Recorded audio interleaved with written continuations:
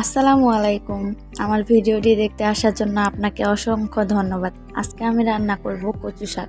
আর এই কচু শাক এইভাবে করে রান্না করলে কালারটা একদম সবুজ কালার থাকে। আমরা সাধারণত যে শাকই রান্না করি না কেন, রান্না করার সময় কিন্তু শাকের কালারটা আর সবুজ থাকে না, নষ্ট হয়ে যায়। সোনালি কালারের মতো হয়ে যায়, সবুজ থাকে না। তাই আমরা সেটাকে বলি যে পেকে গেছে শাকগুলো, আমাদের ভাষায় বলি আর কি আমরা। তো যাই হোক, আমি যেভাবে করে রান্না করতেছি এইভাবে করে কিন্তু রান্না করলে একদম সবুজ থাকে। আর যেহেতু কচু শাকগুলো অনেক জ্বালা, তাই একদম সুন্দরভাবে সিদ্ধ হয়ে গেছে। এগুলো আমি গ্যাসে রান্না করিনি, যেহেতু বেশি সময় লাগে না, তাই আমি ইন্ডাকশনে রান্না করতেছি।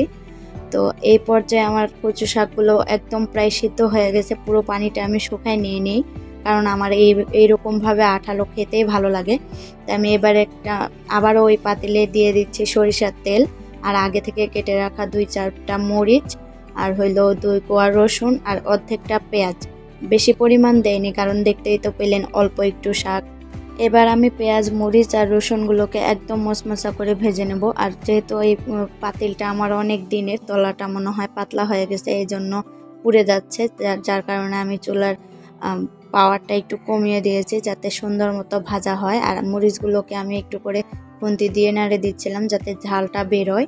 এ পর্যায়ে আমি কচু শাকগুলো দিয়ে দিলাম। দেখতে পাচ্ছেন এখনও পর্যন্ত কিন্তু কত সুন্দরভাবে সবুজ কালার আছে। আর আমি কিন্তু পুরো পানিটা শুকায় নেব না, কারণ এইভাবে করে খেতে আমার ভাল লাগে। এ পর্যায়ে আমি একটু দিয়ে দিচ্ছি লেবুর রস, কারণ লেবুর রস দিলে কচু শাক খাওয়ার পরে গলা ধরে না, আর সুন্দর একটা সুগন্ধ বেরোয়, আর খেতেও কিন্তু ভালো লাগে, হালকা হালকা টক লাগে, খুব সুন্দর লাগে খেতে। তো এখন কিন্তু আমার রান্না করা একদমই প্রায় শেষ, কারণ আমি পুরো পানিটা শুকায় নেই। এইভাবে আমার খেতে ভালো লাগে, তাই আপনারা চাইলে পুরো পানিটা শুকায় নিতে পারেন, একদম ভাজা ভাজা। পুরো শাকটা আমি একটা বাটিতে তুলে নিয়েছি। দেখেন কি সুন্দর সবুজ কালার আর ধোয়া বেরোচ্ছে। আর এই গরম গরম ভাতের সাথে এখন খেতে আমাদের কেমন লাগবে তাই দেখার পালা। বাবু আর আমি এখন খেতে বসলাম।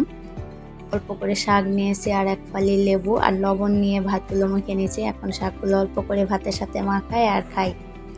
সেই স্বাদ! এত স্বাদকে আপনার যদি এইভাবে করেও বানায় খাইতে ভেজাল লাগে, তাহলে আমার বাসায় আপনার দাওয়াত। ধন্যবাদ।